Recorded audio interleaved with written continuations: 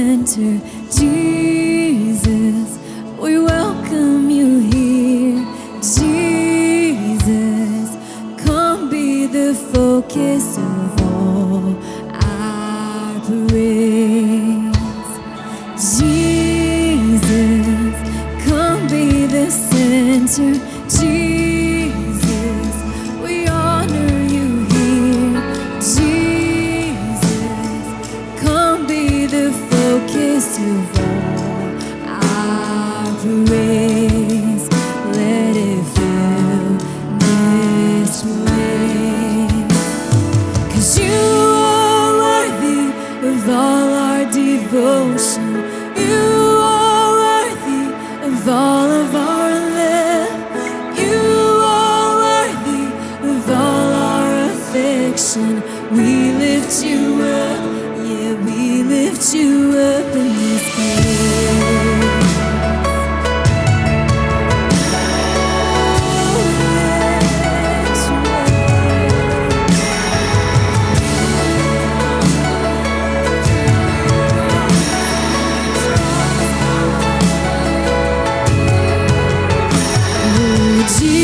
Jesus, you are the promise. Jesus, you are the prize. Jesus, you are the center of heart's delight. Oh my Jesus, you are my promise. Jesus, you are my prize. Jesus, you are the center of heart's delight. You're my heart's delight. Oh, you're my heart's delight. You are worthy of all our devotion. You are worthy of all of our love. 'Cause you are worthy of all our affection. We lift you up, yeah, we lift you up. 'Cause you are worthy of all our devotion. You are worthy of all of our love. 'Cause you are worthy of all our affection. We lift you up, yeah, we lift you up.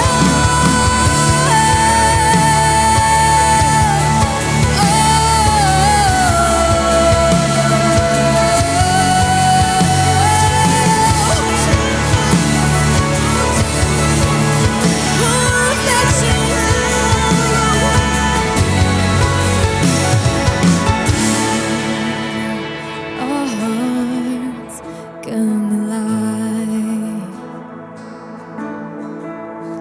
Oh, you make our hearts come alive. Oh, yeah, you make our hearts come alive. Yeah. Oh, you make our hearts come alive. Yes, you do. Oh,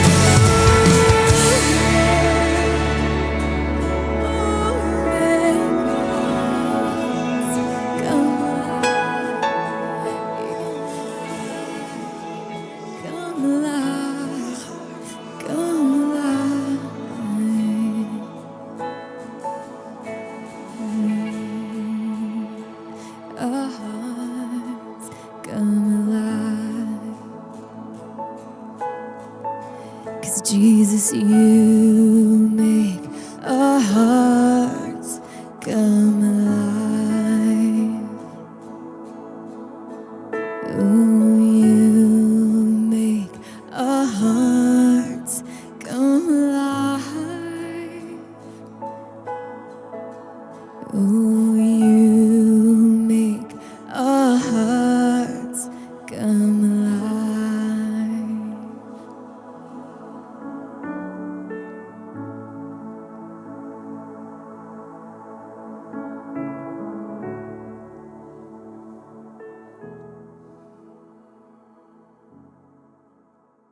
What's up, Soul City? Welcome. My name is Noelle. I'm one of the volunteers here, and we are so glad that you have joined us today. We have people joining us from all over the world. So go into the comments and let us know where you're joining from today. Soul City, you are a generous church, and we have been blown away by how you have continued to give towards what God is doing here. Your gifts have brought hope. They've brought inspiration, camp, meals, rent, and so much more to the people here in Chicago and around the world. And from my point of view as a social worker, I can guarantee that your generosity is making a huge impact on our city and in this world. So if you want to join us in the venture of giving, you can do that in two ways. So you can text the number that's on the screen, or you can go to our website. So today we are continuing in our Voices series, and we are excited to hear from Pastor Jared Hurd. Jared is the pastor of Church at Rancho Bernardo in San Diego, California, and a friend of Soul City's. So grab your Bibles, your notepads, and pens, and let's get ready to hear what God has to say. Hey, Soul City. My name is Jared Hurd. I am a pastor in San Diego, California, and I am excited and thrilled and humbled to be with you today, although I got to be honest, I'm a little bummed that I am not actually with you. Jarrett and Jeannie asked me to come to Soul City this summer, and it would have been my first time at your church that I've heard so much about over the last 11 years or so, and I love the city of Chicago. I love coming to Chicago. Rosanna, my wife, is from Chicago. I have three boys, Dane, Hayden, and Ezra. We have visited Chicago many times, and we even have a dog named Wrigley, so I don't know how much that makes me part of the home team today, but I'm thrilled to be with you, thrilled to be sharing with you. I also love your pastors, Jarrett and Jeannie. They've been to our church at Rancho Bernardo, several times, and our church loves Jarrett and Jeannie. I personally love Jarrett and Jeannie. I've known them, did the math today, I think about 14 years or so. And I heard Jeannie speak, I think it was about 14 years ago, for the very first time. I was sitting on the back wall of a youth conference, and she was talking about taking care of your soul. And that talk marked my heart. And I'm a different kind of a leader because of it. And that was in the days before people really were talking about soul care the way they are now. And I just have been so inspired by them and watching them. Jarrett and I have known each other for a long time. I don't know if he's told this story to your church before, but a couple of years ago, Jarrett and I were in Colorado together, and we went horseback riding with about 35, 40 other pastors, and it did not go so well. In fact, 2 helicopters had to come to carry 2 of these guys on the horseback riding trip off the mountain. So I say that to say, I'm glad Jarrett's alive. I'm glad that I'm alive. And I am just thrilled to be with you today. Your team at Soul City is an inspiration to not just your city, but to our church and to the nation. And what's happening at your church, I hope you know, is inspiring. It's encouraging. And I hope that you tell your pastors regularly how much they mean to you, because they mean a lot to me. And I just want to encourage you today. I know this year for everybody has just been a year where the rug has been pulled out from underneath us.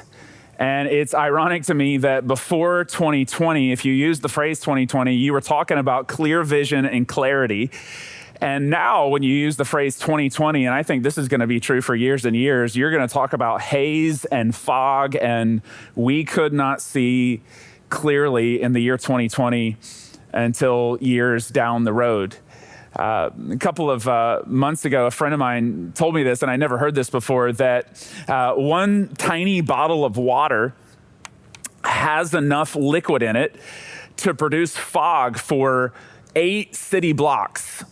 So just think about that for a moment. One little bottle of water, that's all it takes to produce enough fog for 8 city blocks. And I don't know about you, but for the church at RB, for Roseanne and I, this has been a year where it feels like gallons upon gallons of fog have been released into our life. And my goal for today, my prayer for you, my prayer for me, is that this message could encourage you, but also just maybe get some of that fog out of the way to help you see clearly. I want to tell you a story up front. Several years ago, actually it was a long time ago, a little context on my life. I'm in San Diego, but I'm not originally from San Diego. I'm originally from the outskirts of Atlanta, Georgia, which is actually where Jarrett and Jeannie and I's path crossed for the very first time. And a little background on me, I went to 3 high schools in 4 years. Now, you may hear that and think, well, that's not that bad. He probably moved a lot. A little more context on that. I lived in one house growing up. And the reason I went to 3 high schools in 4 years is, truth be told, I had a lot of behavior issues. I had a lot of challenges in my life, a lot of self-inflicted wounds. The short story is my parents divorced when I was a kid. I didn't handle all of that really well. And as it often does, some of my issues as a kid manifested themselves in the education system, in the classroom. And so kept getting shuffled from school to school. And I tell you that to tell you this, when I was 17 years old, I was in the guidance counselor's office. And when you're 17, that's not a place you want to be. I don't mean that as a disrespect to guidance counselors. I had a lot of great guidance counselors, but for me, that was always a place where they were about to tell me things aren't working out at this school and we need to, sort of move you on. And I was in the guidance counselor's office, 17 years old. My mom was there, so it was sort of a double whammy on this particular afternoon. And the guidance counselor said to my mom, I'm not sure why she wasn't talking to me because I was sitting in the room, but she said, "We don't think Jarrett is college material." And my mom sort of, well, what does that mean?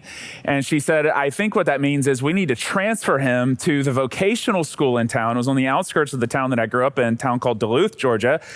And there's a reason I'm telling you all this.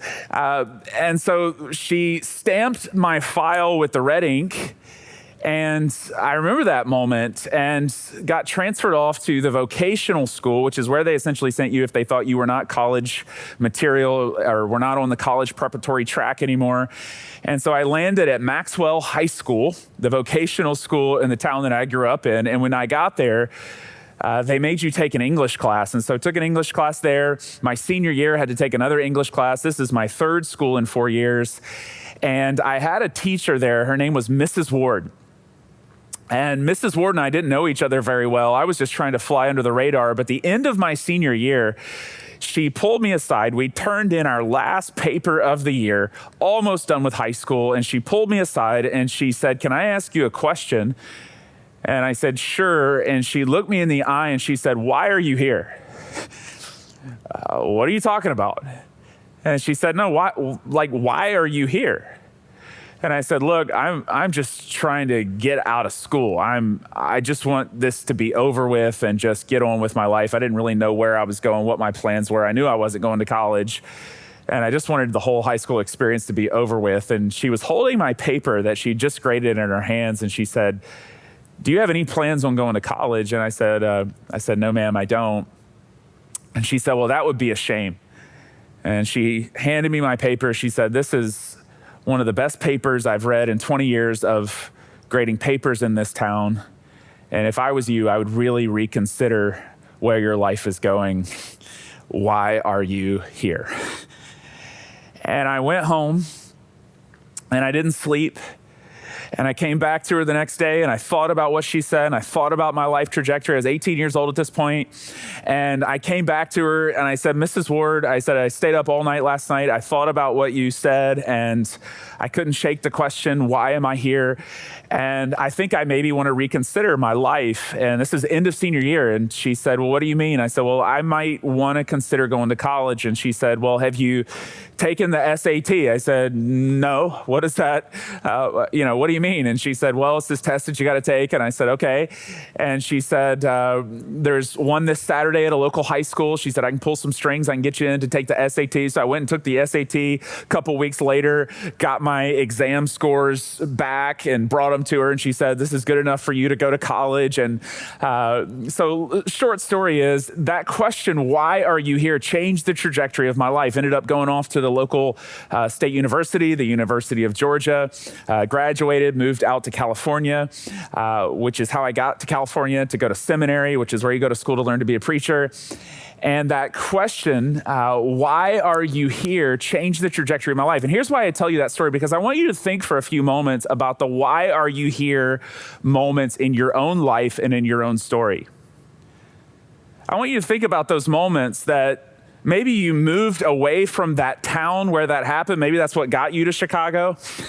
Maybe you were in, you're from, I don't know, Kokomo, Indiana, but you got to Chicago because you were trying to get away from something. Maybe you got promoted out of that stage or season of your life. Maybe you divorced out of it. Maybe it was an AA meeting.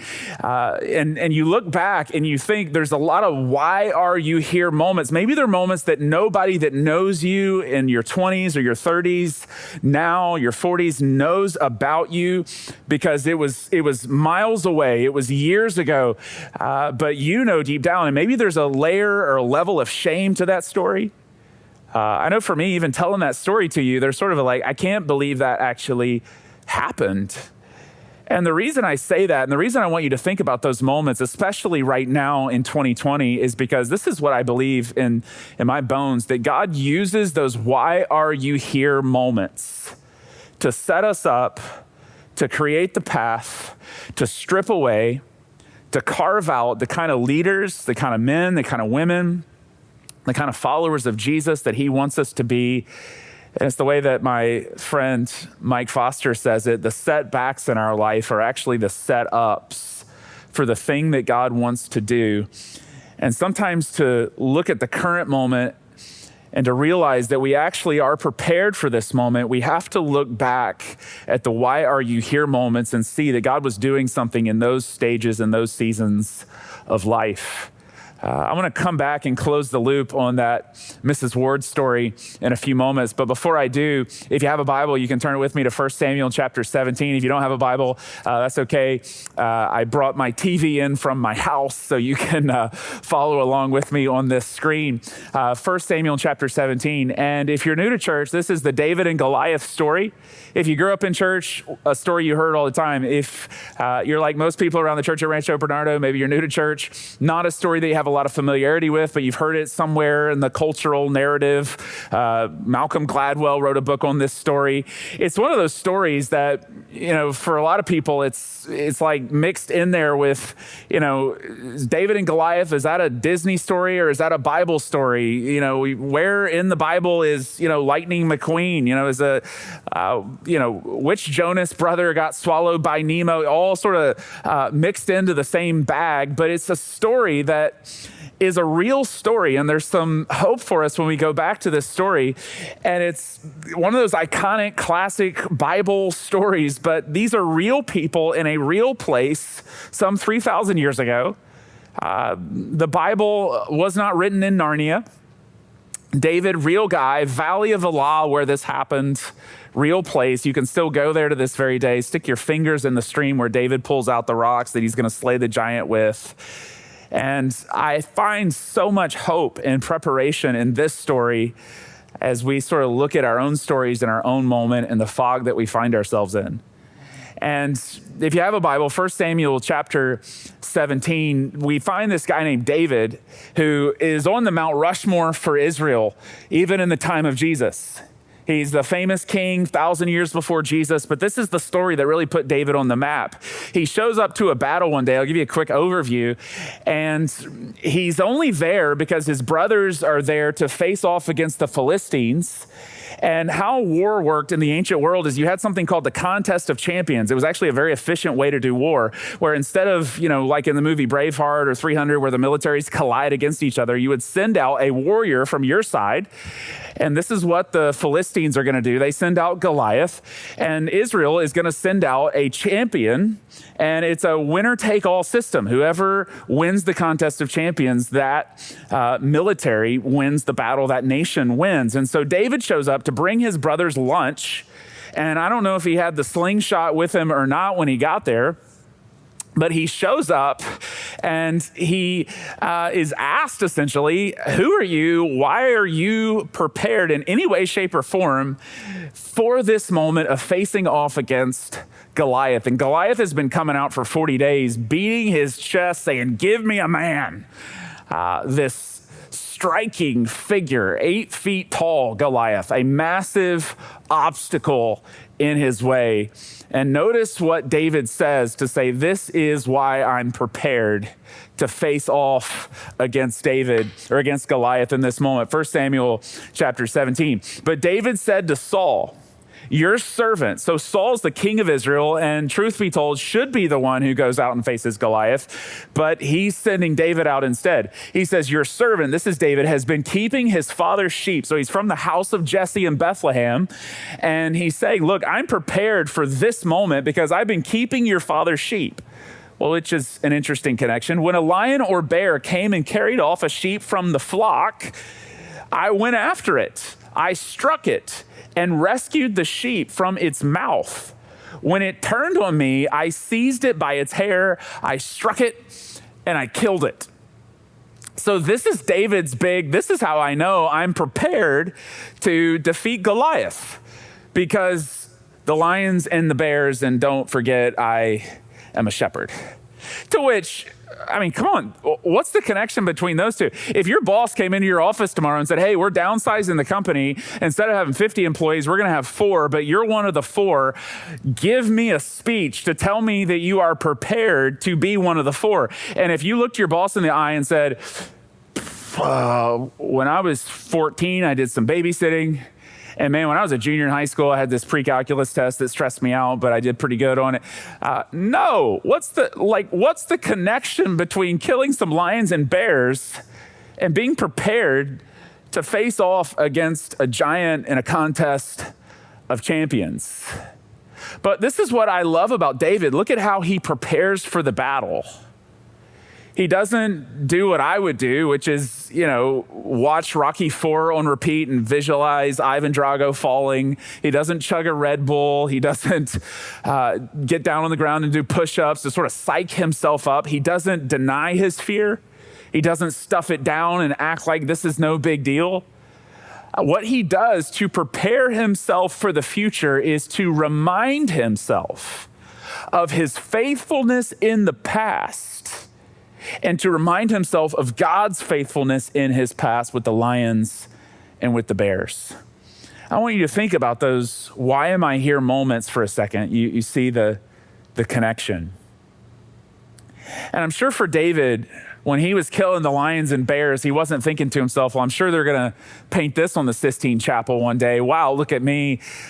No, he probably thought it was insignificant. He probably thought it was random. He probably wanted out of that moment going, why am I just a shepherd? But this is what I believe for all of us today. Before God takes us to the Goliath in our story and in our life, he first takes us to some lions and some bears. And in killing the lions and the bears, he's preparing us in those why am I here moments the whole time for us to advance and for us to move forward through the fog and through the things and the obstacles in our story that we don't know what to do with. Think back on those why am I here moments for a second. Think back on those moments where when you think about it, you're going, why was I in that AA meeting? How did I let my life end up there? Maybe it's a divorce in your story. Maybe it was a 7-year relationship that took pieces out of your heart, and you look back on it and you go, man, I've just tried to move on. I've just tried to cut that out. Maybe it was not something moral. Maybe it was a stage or season of your life that you look back on and you just go, man, that was so random. Why did I have to spend 2 years in Toledo? That was not holy. That was a bizarre turn in my story. Why did I have to spend 6 months at that job working for that guy? Why did I have to live there? Maybe right now for you, you're in a stage or season of your life where you just moved to Chicago and it was just a stepping stone, or it is a stepping stone in your career path. And you're going, why am I here currently? And this is what I believe. Nothing is wasted in the economy of God. And before he takes us into our finest hour in life, he prepares us through some lions and some bear moments. And all of that is being used for what God's going to do and what he wants to do in us and through us in our life. Nothing is wasted in the economy of God. And before David goes to Goliath, he thinks back on the lions and the bears in his story, and he knows that he's prepared for this moment because of those moments. This is actually a thread all throughout Scripture.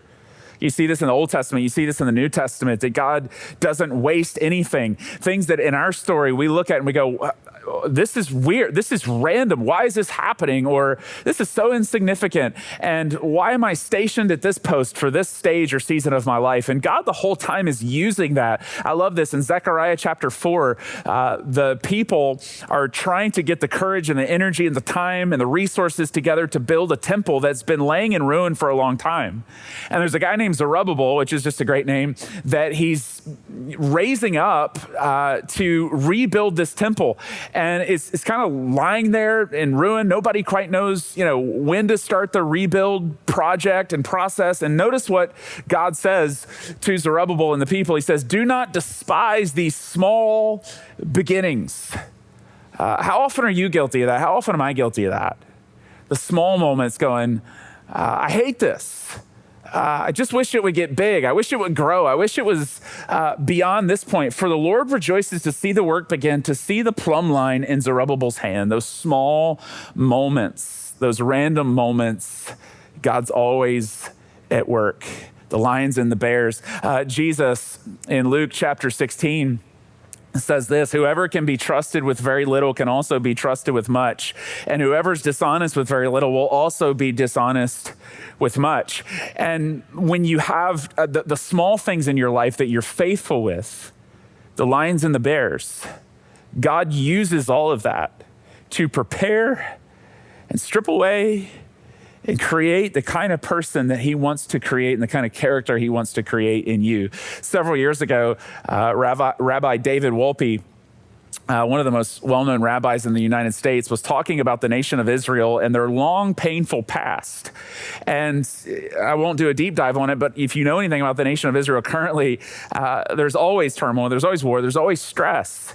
And he was talking about this in an article that he wrote, and he said this about the current moment of Israel. He said, don't forget, there are troubling signs to be sure.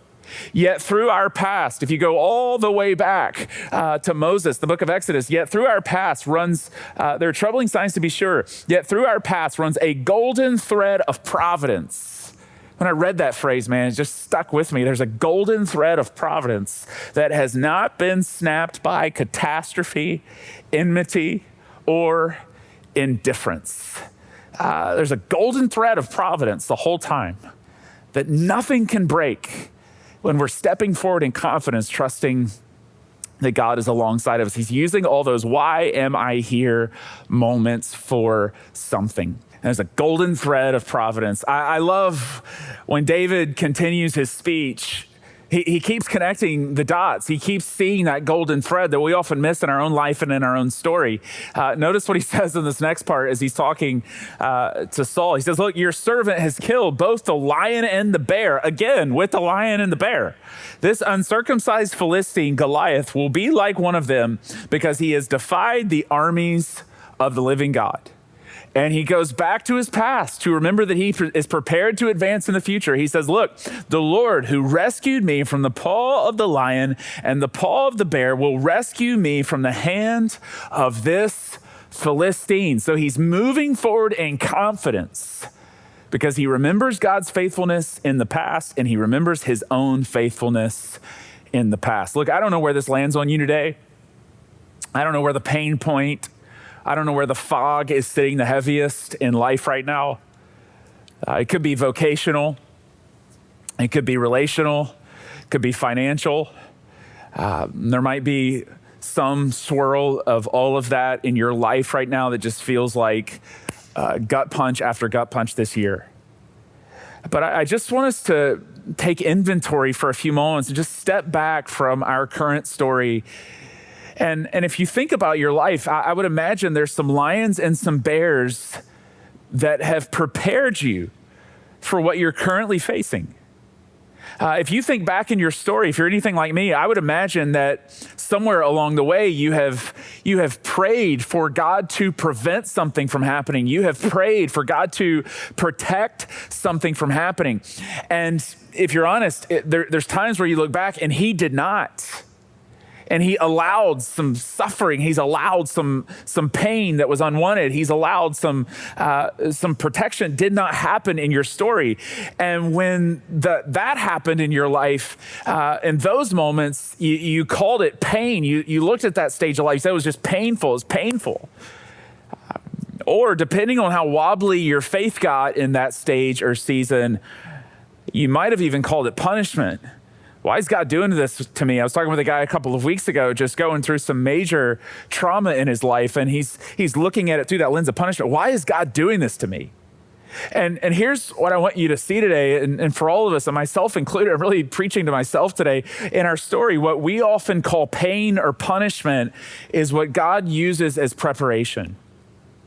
And there's a golden thread of providence through the story. And I don't mean that as some Pinterest quote today to say, well, everything always works out. Look, there's a lot of things I'm not sure on this side of eternity we always get to make sense of, but I do know and I do believe and I do trust that at the end of the day, God is not wasting anything in our story, and he's stripping away and he's refining and he's preparing you right now for your finest hour, even if you don't know what it is.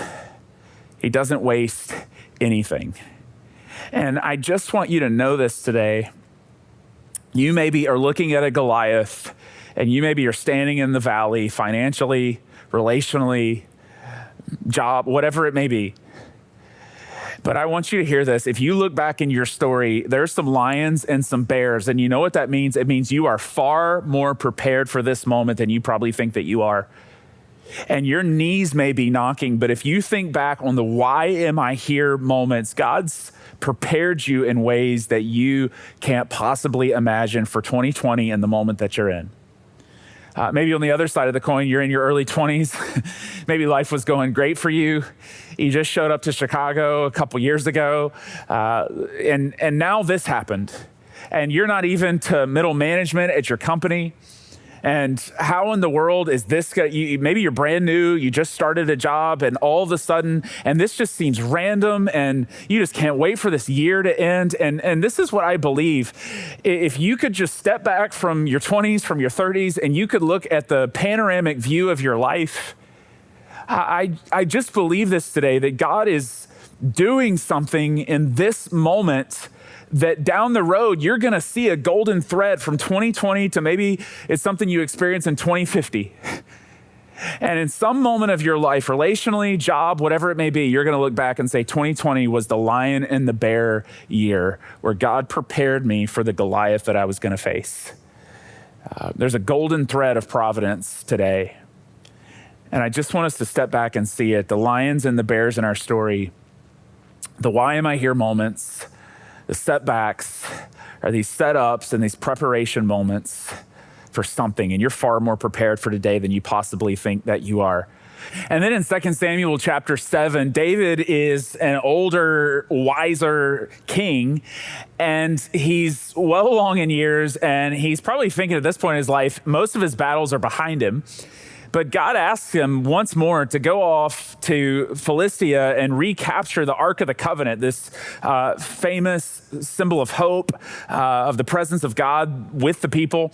And he's terrified. His knees are knocking. He's thinking, if I go face the Philistines, I'm going to die.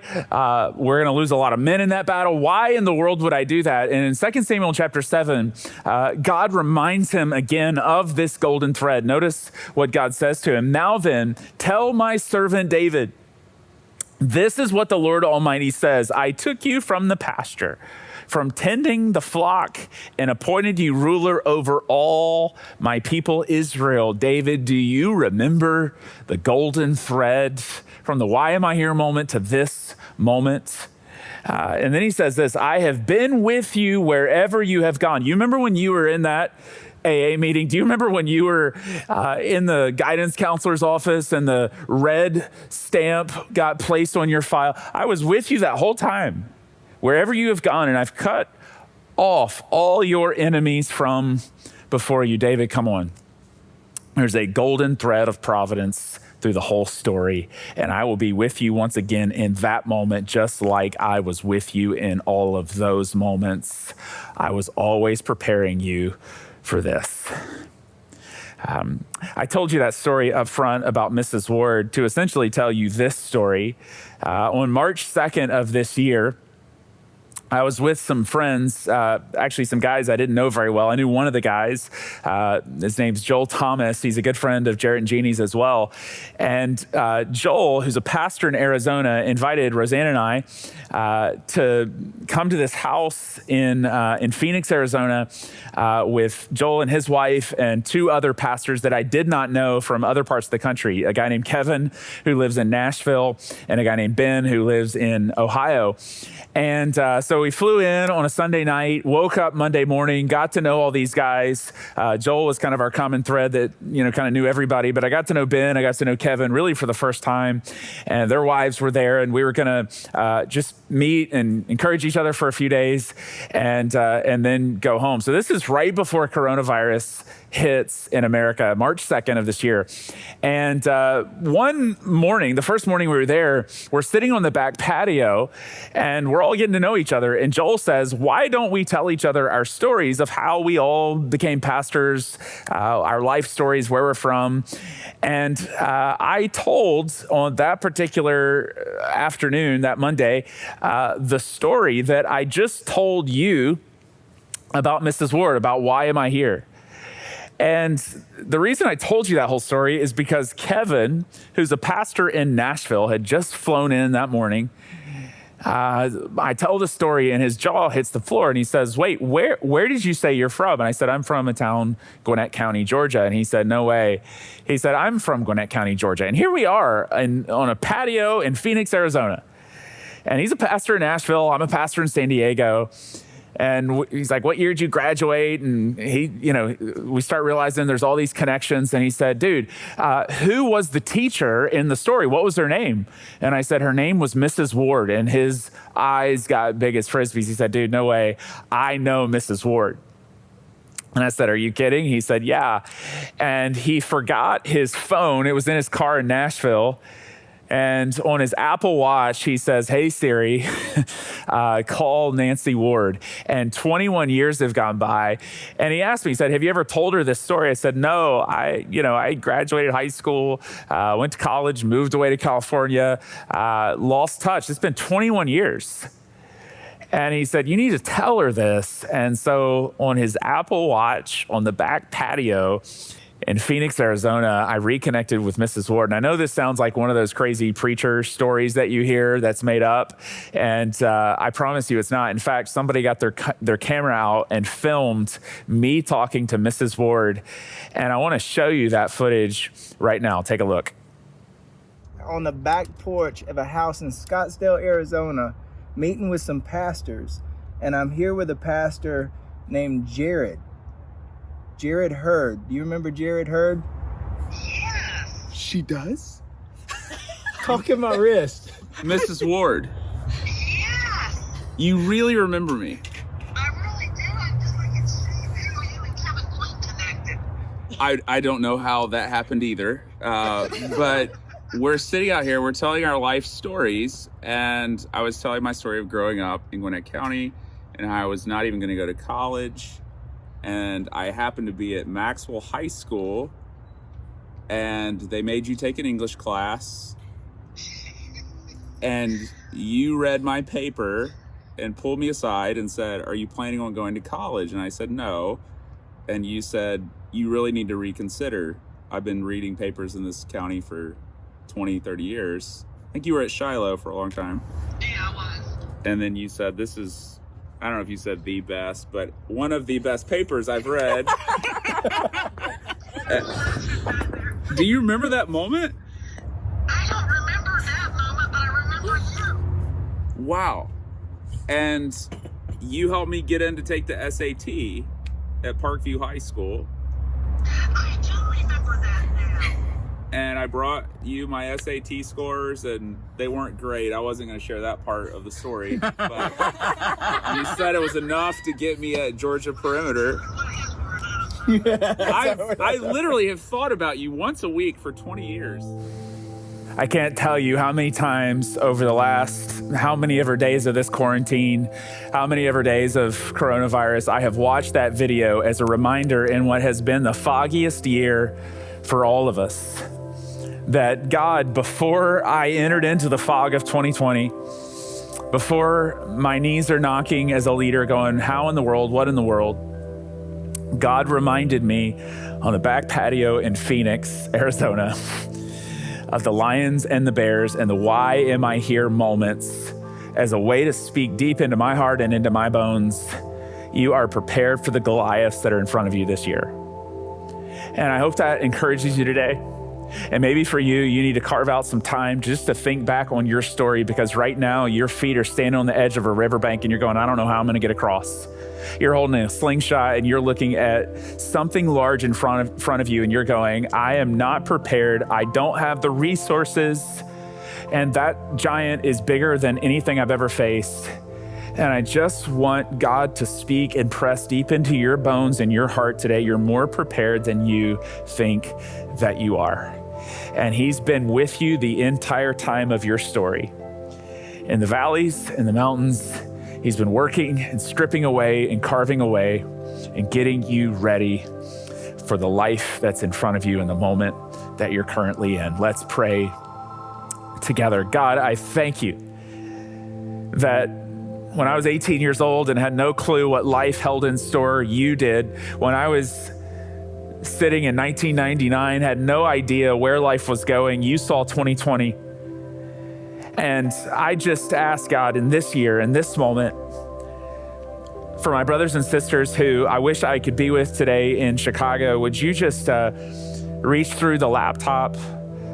Would you speak through the AirPods? Would you come through the TV and in ways that maybe they've never really even felt before, deep in their heart and soul? Would they just be encouraged and lifted up and reminded of your faithfulness? God, for somebody who looks back on that stage or season of their life and they weren't even a follower of you in that stage or season, would you remind them you were there the whole time and you were pulling them through, and you were writing a new song in that valley to put in their mouth in this moment, in this season.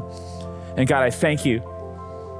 We never walk alone in this life, and you're always there alongside of us. And it's in Jesus' name that we pray. And all of God's children said, amen.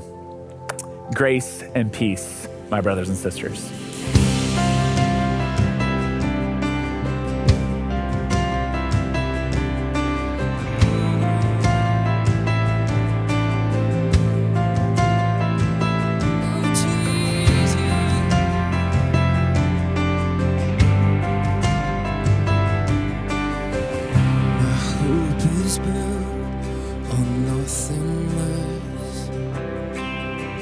In Jesus' blood and righteousness, I dare not trust the sweetest frame, but wholly trust in Jesus' name. My hope is built, my hope is built on nothing less His blood and righteousness. I dare not trust the sweetest friend, but wholly trust in Jesus' name. Christ alone, Christ alone, cornerstone, weak made strong in the Savior's love. Through the storm, He is Lord, Lord of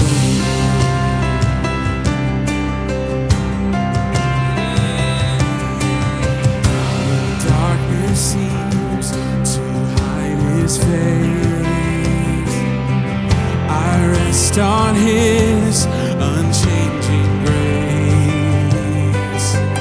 In every high and stormy gale, my anchor holds within the veil. My anchor holds within the veil. Christ alone, cornerstone, and weak made strong in the Savior's love. And through the storm, He is the Lord, Lord of all.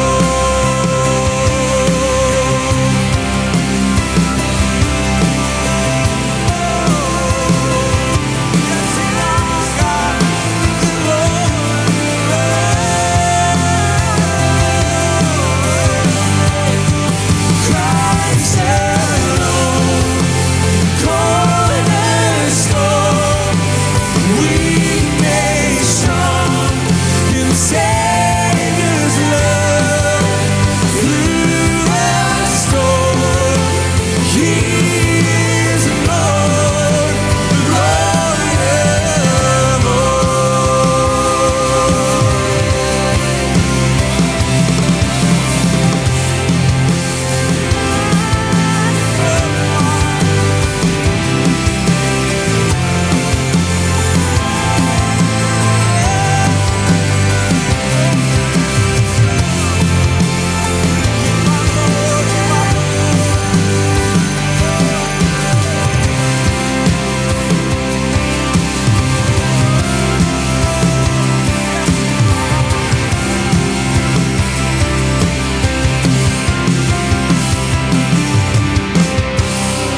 shall come with trumpet sound. Oh, may I then in Him be found, dressed in His righteousness alone, and faultless stand before the throne.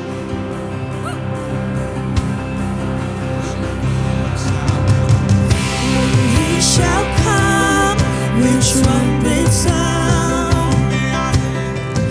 Oh, may I then in Him be found, dressed in His righteousness alone, faultless stand before the throne. Christ alone, cornerstone,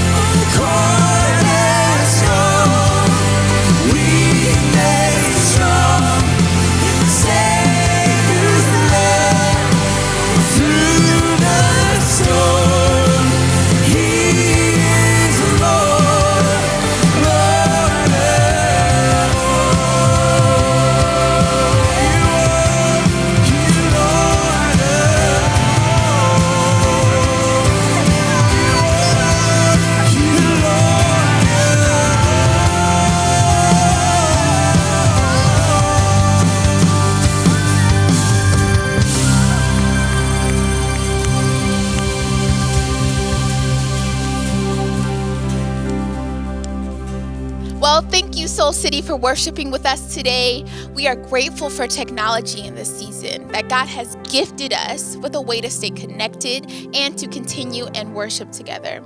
So though we aren't in person, we want you to know we care and we are here to support you. So if you need prayer today, please text SCC Prayer to 31996. Our prayer team is ready to pray for you and to lift you up no matter what the need.